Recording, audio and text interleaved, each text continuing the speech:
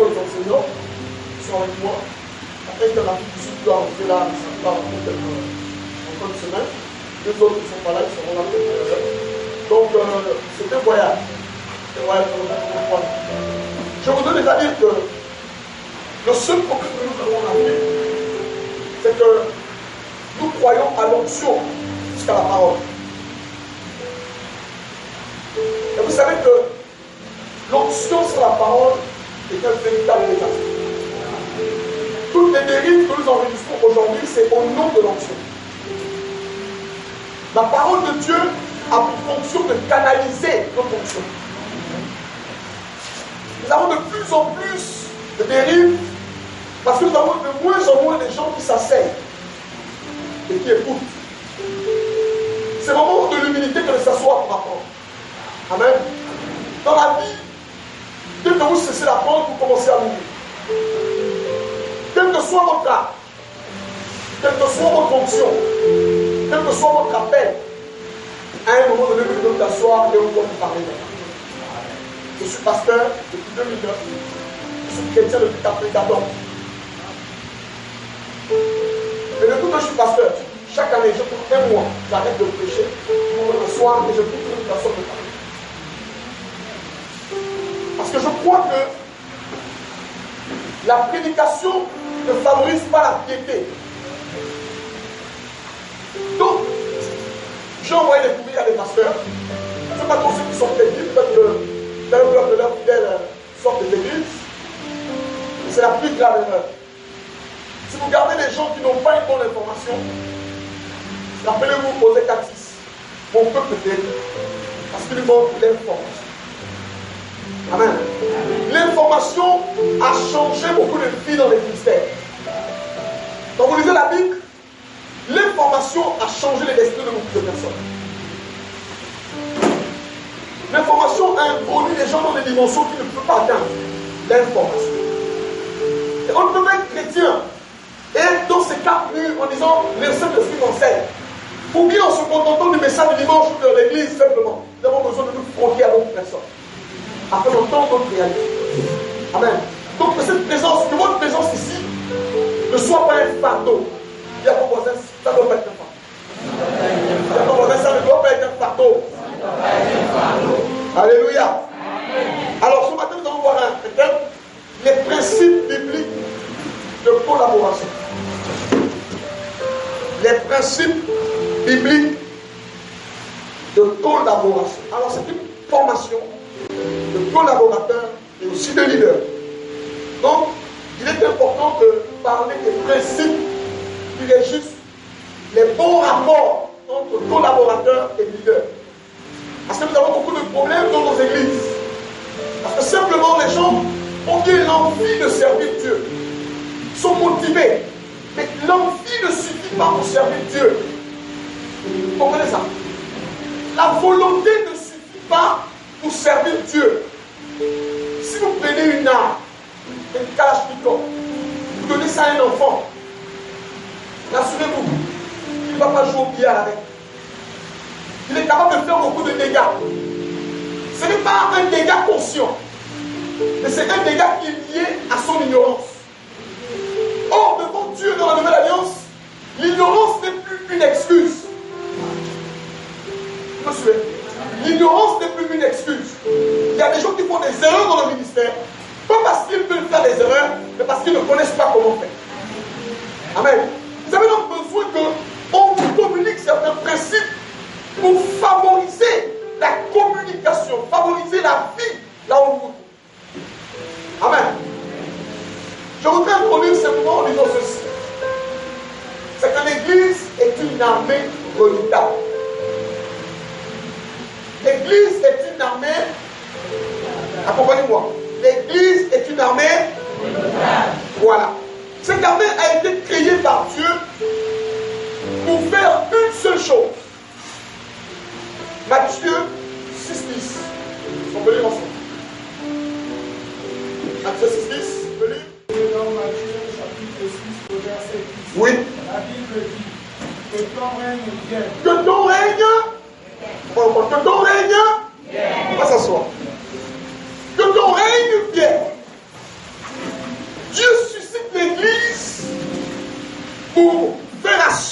son règne sur la terre. Il n'y a pas une autre organisation qui puisse faire descendre le règne de Dieu sur la terre. C'est l'Église qui fait descendre le règne de Dieu. Amen. Maintenant, pour parvenir à cela, chaque personne dans l'Église doit jouer un rôle particulier. Ce n'est pas le pasteur, ou les pasteurs, ou les prophètes, ou les docteurs qui font descendre le règne de Dieu. C'est tout l'ensemble des chrétiens que nous sommes qui faisons descendre le règne de Dieu. Parce que, je peux vous dire une chose, c'est que la première erreur que nous faisons dans le ministère, c'est que nous mettons le poids du ministère sur le pasteur. Si ça marche, c'est lui. Si ça ne marche pas aussi, c'est lui. Mais je voudrais vous faire comprendre une chose ce matin. Tous autant que nous sommes, si une vision échoue et que vous êtes dans cette vision, vous avez votre part de responsabilité. Aujourd'hui, peut-être que les gens ne mesurent pas, mais la Bible déclare que le royaume de Dieu est semblable à un homme qui est parti en voyage. Après, il est revenu et il a demandé les comptes. Qui que vous soyez, dès lors que vous êtes engagé dans un ministère, la réussite ou la non-réussite de ce ministère, Dieu vous demandera les comptes. Que vous soyez quelqu'un qui balaie l'église, qui est sur les toilettes, qui est au comité chant, qui est au comité intercession, chacun de vous devra rendre compte devant Dieu de la manière qu'il a géré dans la parcelle d'autorité qu'on lui a donnée. Il y a une erreur grave dans la Bible, pas une erreur grave d'interprétation que les chrétiens ont dans l'hébreu, où on dit que les pasteurs rendront compte des âmes. Ce n'est pas ce que l'auteur dit. Aucun pasteur ne rend compte des âmes. Aucun. En fait, quand la Bible parle de ça, c'est pour dire que Dieu demandera les comptes aux pasteurs sur ce qu'il aurait fait de la vision que Dieu lui aurait donnée. Mais aucun pasteur ne rendra compte de ton âme devant le Seigneur. Chacun se tiendra devant le Seigneur et dira ce qu'il a fait de là où Dieu l'a placé. Amen. Donc, la responsabilité du ministère ne dépend pas seulement du pasteur. Le ministère échoue. C'est parce que tout le monde pense que c'est l'affaire du pasteur. Le jour que le pasteur fait l'erreur, nous tous on sort de l'église. Et nous ouvrons des boutiques. Ce n'est pas des églises que nous ouvrons, c'est des boutiques. Nous allons voir que lorsque quelqu'un va ouvrir une église sur la base d'une frustration, même s'il a des dons spirituels, cette église n'est pas connue du ciel. Parce que la vérité, c'est qu'on peut être connu de la terre sans être connu du ciel. Il y a trop de boutiques qui sont ouvertes. Parce qu'on n'a pas pris le temps d'inculquer aux gens des valeurs qui leur permettent de comprendre la dimension de la responsabilité. L'autre chose, elle dit dans le psaume 1 que nous sommes comme un arbre planté près des courants d'eau. Et cet arbre donne le fruit en sa saison. Bon, est-ce que vous avez déjà vu un arbre qui aujourd'hui se trouve derrière la prison? 3 jours après, le même arbre se trouve à Zion. 4 jours après, le même arbre se trouve au Bénin. Vous avez déjà vu ça? Mais comment les gens peuvent être, la même année, ils sont à Bethany, l'autre année, ils sont là-bas, non, vous êtes des arbres. Et lorsqu'on n'est pas stable, la Bible déclare que celui qui est stable, c'est l'arbre qui est planté. Vous devez être planté quelque part. L'instabilité est un signe d'immaturité. Vous devez être planté. Et lorsque vous êtes planté, vous donnez le fruit en votre saison. Pourquoi les gens ne battent pas? Parce que les gens sont instables. Dis à ton voisin, ne sois pas un arbre déraciné. Ça dit, ne sois pas un arbre déraciné.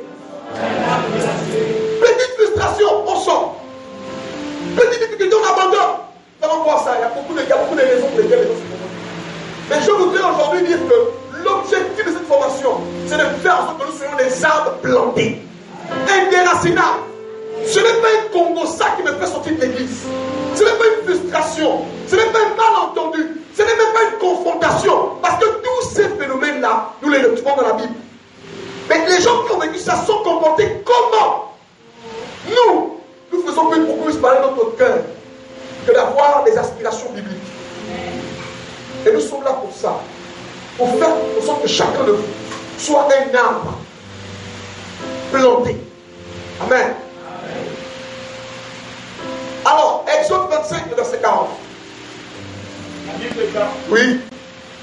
Regarde. Regarde. Et fais d'après le modèle qui t'est montré. Et fais d'après le modèle qui t'est Montré sur la montagne. Amen. Est-ce que tu peux t'asseoir, frère? Alors ici, c'est l'histoire de Moïse qui va aller sur le mont Sinaï et qui va recevoir une vision de Dieu sur le tabernacle. Et Dieu lui donne une précision. Regarde bien et fais selon le modèle que tu as vu. N'invente rien. Fais selon le modèle que tu as vu. Parce que c'était possible que Moïse descende là-bas et commence à donner ses propres mesures. Dieu veut se rassurer qu'il doit faire ce qu'il a vu. Vous savez que l'un des problèmes que nous avons, c'est que nous avons abandonné le modèle biblique. Et nous avons créé des modèles modernes. La Bible ne s'adapte pas. Ce sont les gens qui s'adaptent à la Bible. Nous avons mis dans l'église beaucoup de principes. Les leaderships, vous devez être la tête et non la queue. Moi je pose souvent la question, si une femme dit que dans son foyer, elle sera la tête, qui va être la queue? C'est qui va être? Si dans ton foyer tu es la tête, tu n'as pas de leader, mais qui va être la queue?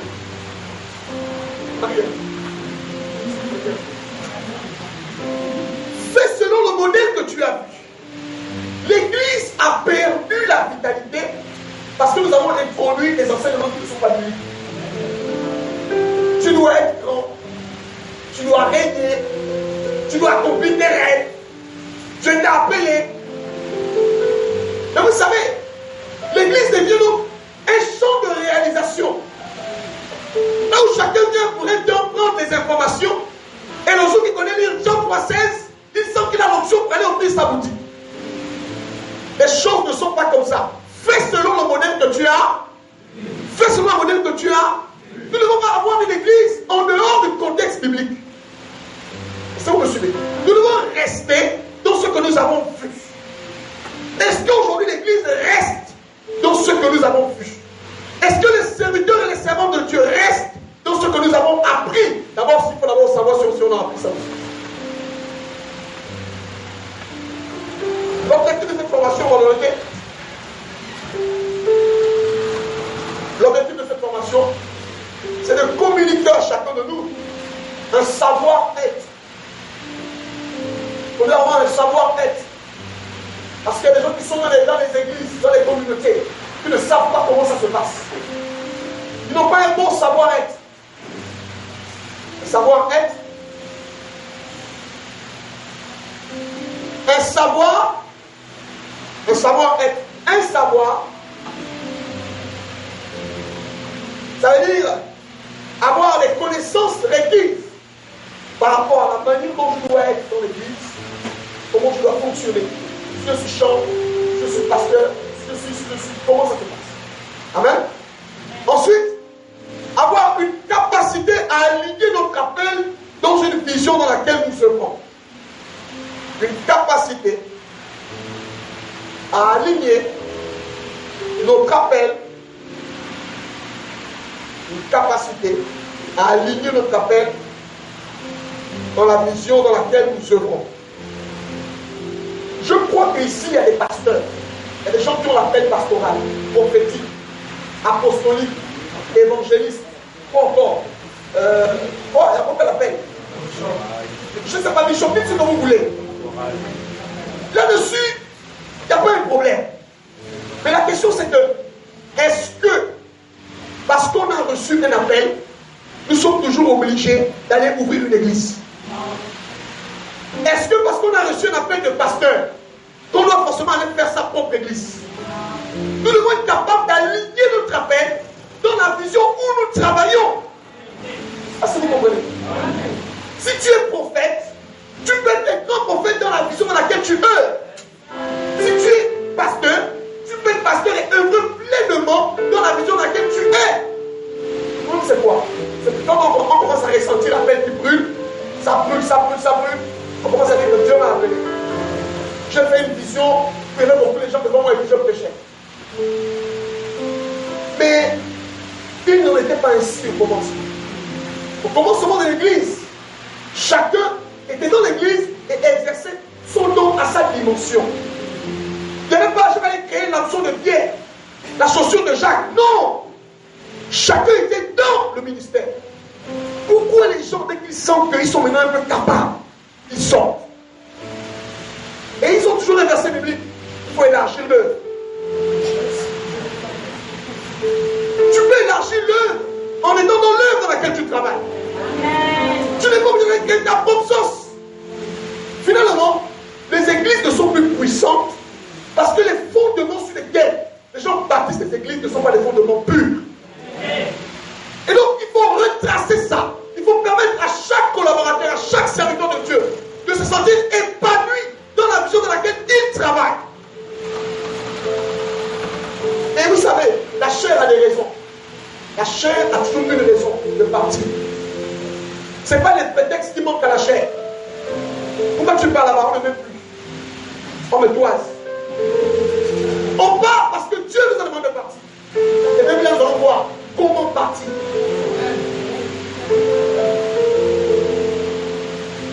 Il y a ton voisin pour fermer les boutiques. Il y a ton voisin pour fermer les boutiques. Il y a trop de boutiques dans les provinces. Trop. Pourquoi? Parce que nous avons négligé notre puissance, la parole. Nous avons fait parler nos cœurs, nos sensations, nos déceptions, nos blessures. On a mis ça devant. Et la parole, on a mis de côté. Je ne peux plus supporter. Est-ce que ça fait merci de nous?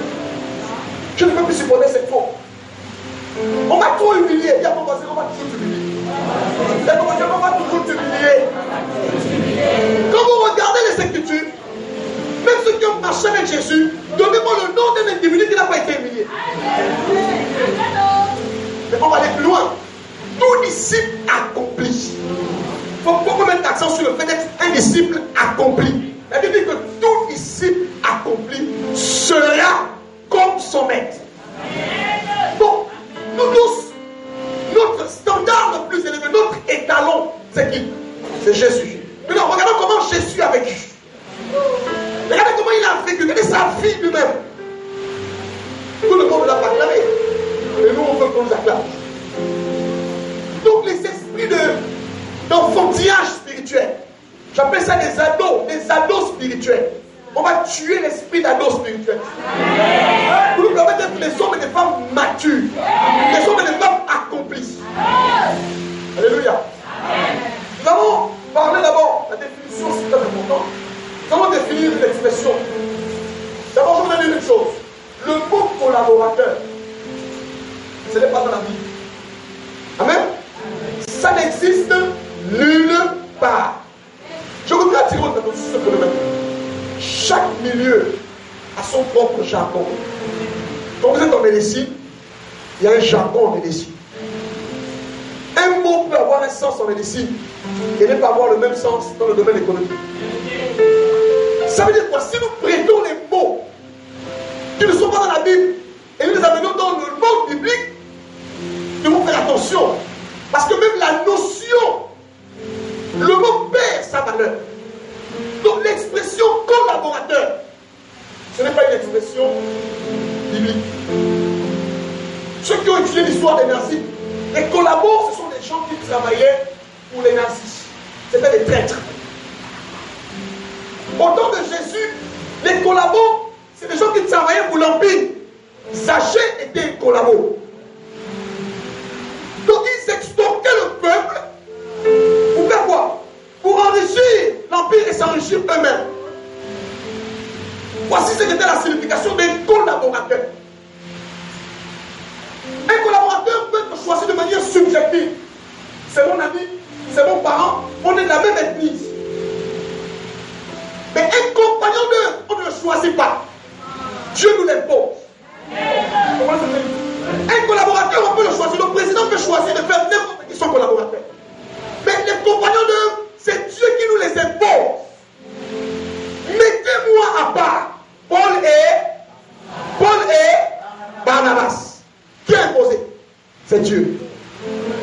si vous me comprenez. Quand Moïse dit qu'il ne connaît pas parler, Dieu lui dit, j'envoie Aaron ton frère. Qui a positionné? C'est Dieu. Finalement, la collaboration, ce n'est pas pareil de le fait d'être un compagnon d'eux. Quand on est compagnon d'eux, on comprend que c'est Dieu qui nous a placés là. Ça doit changer notre mentalité. Parce que souvent on est encadré d'un pasteur sans connaître que c'est Dieu qui nous a placés là. On pense qu'on est là parce que c'est notre ami, c'est notre parent, c'est un pote du quartier. Et puis le jour où il y a un problème, c'est l'humanité qui se manifeste. Au lieu que ça soit la révélation sur laquelle tu es venu avec le corps.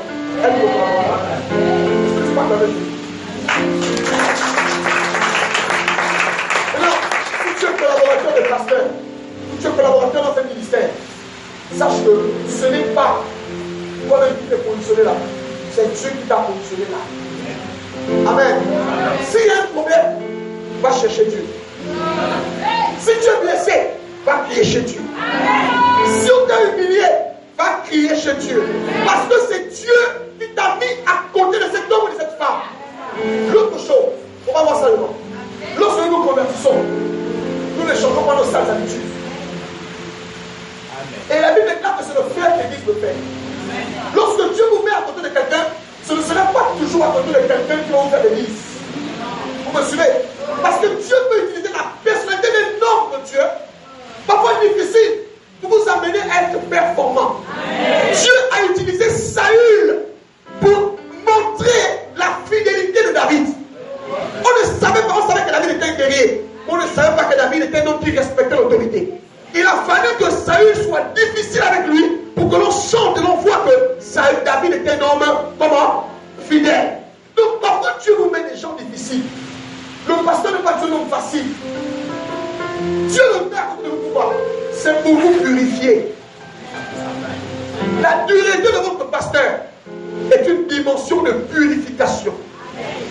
Si vous n'apprenez pas à supporter, par exemple, la contradiction, Dieu vous met un pasteur qui contredit. Et non, on ne va pas vous enseigner la contradiction. Parce que le caractère ne s'apprend pas dans une salle de classe. On va vous faire des cours sur les 20 principes du caractère. Ça ne s'apprend pas dans une salle de classe. Ça s'apprend dans l'expérience. Et donc parfois Dieu met des leaders difficiles pour vous amener à la perfection. Si vous fouillez, si vous partez dans une autre église, ce sera juste une question de temps. Après Dieu va mettre encore notre leader difficile.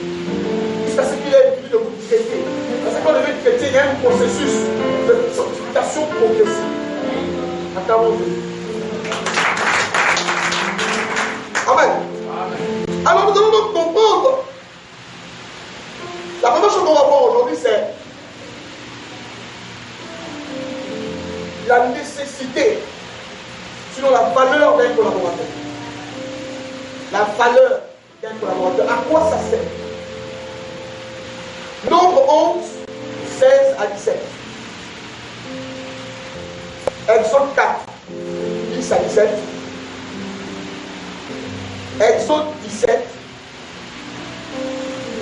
8 à 13. Et Exode 31,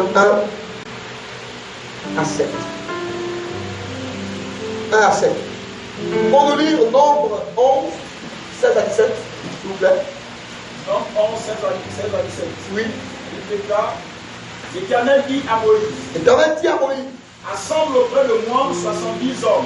Rassemble auprès de moi 70 hommes. Les anciens d'Israël. Les anciens d'Israël. De ceux que tu connais comme anciens du peuple. De ceux que tu connais comme anciens du peuple. Et ayant autorité sur lui. Ayant autorité sur lui. Amène-les à la tente d'assignation. Amène-les à la tente d'assignation. Et qu'ils s'y présentent avec toi. Et qu'ils s'y présentent avec toi. Verset 17. Oui. Je descendrai et là, je te parlerai. Oui. Je prendrai de l'esprit qui est sur toi. Et je le mettrai sur eux. Afin qu'ils portent avec toi la charge du peuple. Amen.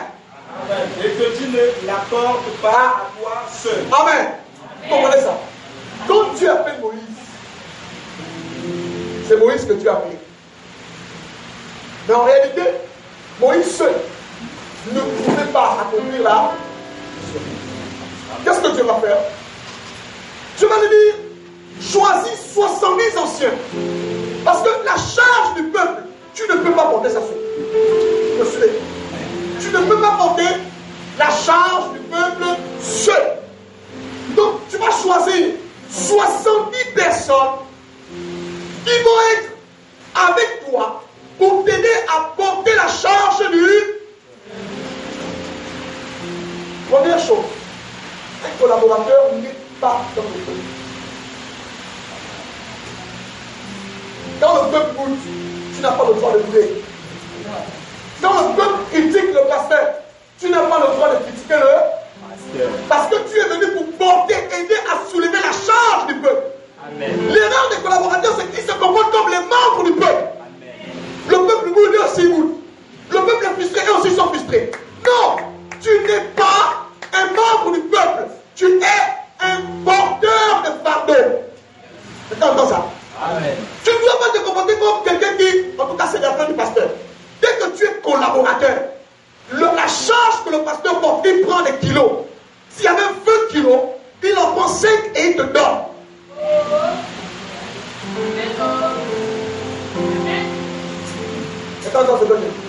Moïse, tu n'as pas le droit de soulever la charge du peuple seul.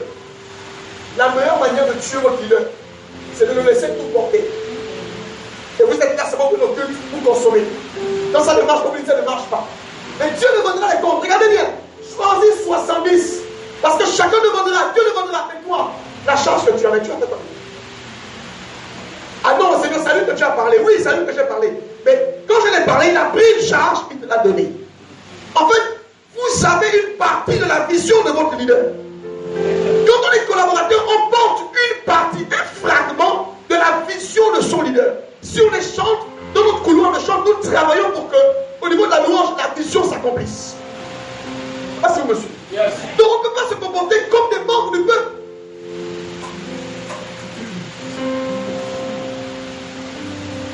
Regardez, le mot même qui parle de compagnon d'eux, parce que le mot c'est ça, compagnon d'eux. Le mot c'est sounergos. Sounergos. Sounergos. Sounergos, ça veut dire ouvrier avec. Ce mot-là, sounergos, qui parle de compagnon, veut dire ouvrier avec, travailler avec, contribuer. Donc, le compagnon de, c'est un ouvrier qui travaille avec un leader, avec Dieu, pour l'accomplissement d'une mission.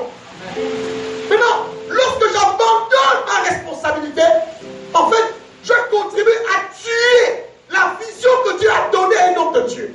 C'est pourquoi en fait en lisant les Écritures, je me suis rendu compte que les compagnons d'œuvre seront jugés plus sévères que les pasteurs.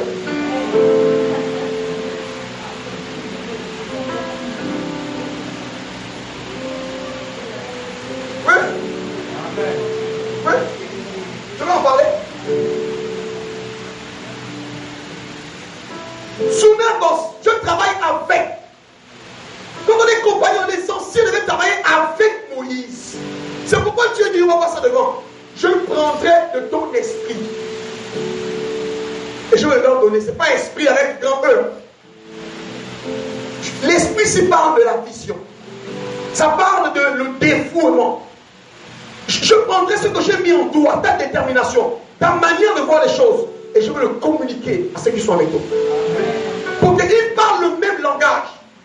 Mais comment peut être collaborateur, compagnon d'eux, et parler un langage différent de celui avec qui vous travaillez?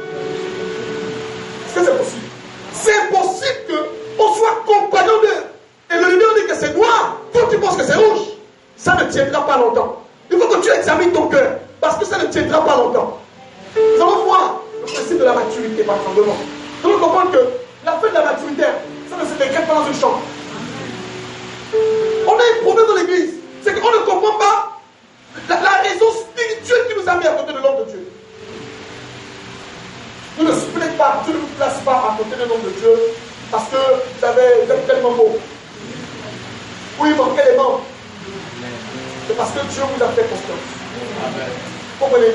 Et lorsque vous trahissez, en fait, ce n'est pas un homme qui trahit, non. Mais c'est Dieu que vous trahissez. Parce que le service finalement, c'est le bon Dieu pour le faire. Ce n'est jamais devant un homme. Amen. Ouvrier avec, compagnon de, ouvrier avec. Alors ça parle service ou de travail. Ça parle de compagnon de voyage. Ça parle aussi de compagnon de combat. Vous savez ce que ça veut dire, un compagnon de combat? C'est les gens de l'armée ici. Un compagnon, un frère d'armes. Lorsqu'il est au contrôle, vous connaissez comment ça se passe? Si un homme militaire présente sa carte, qu'est-ce qu'on dit? Non, c'est un frère, hein? C'est un frère d'armes, pas frère. On dit compagnon de combat. Ça veut dire que lorsque Dieu vous met avec quelqu'un dans une vision, cette vision-là, il y a des luttes, il y a des combats. Vous devez être avec cette personne-là pour surmonter les combats. Les compagnons des beaux jours, ce n'est pas des combats. Quand tout va bien, ça c'est bon. Mais quand il dit non, Dieu ne l'a jamais parlé, c'est le diable. Compagnon de combat. Vous comprenez? Paul s'est fâché avec Jean-Marc à cause de ça.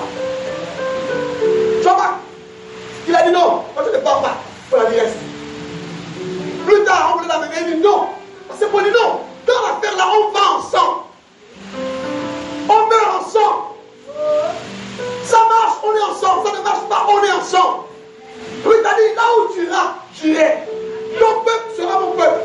Ton Dieu sera mon Dieu. Voici ce qu'on appelle les compagnons de combat. Lorsque Ruth parlait comme ça, il n'y avait même pas une petite vision de prospérité. La prospérité avait pris des congés, mais pas la retraite. Parce que c'est possible que dans une vision, il y ait des moments difficiles.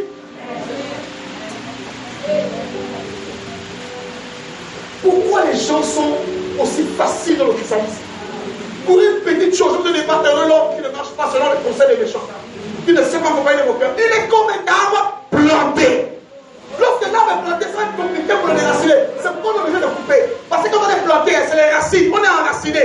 Ce n'est pas un petit composat, une petite frustration, un petit on a dit qui me fait partie de l'église. Ça, c'est de la bassesse spirituelle. On est planté, on est planté. On n'est pas planté dans le pasteur, on est planté en Christ de Jésus.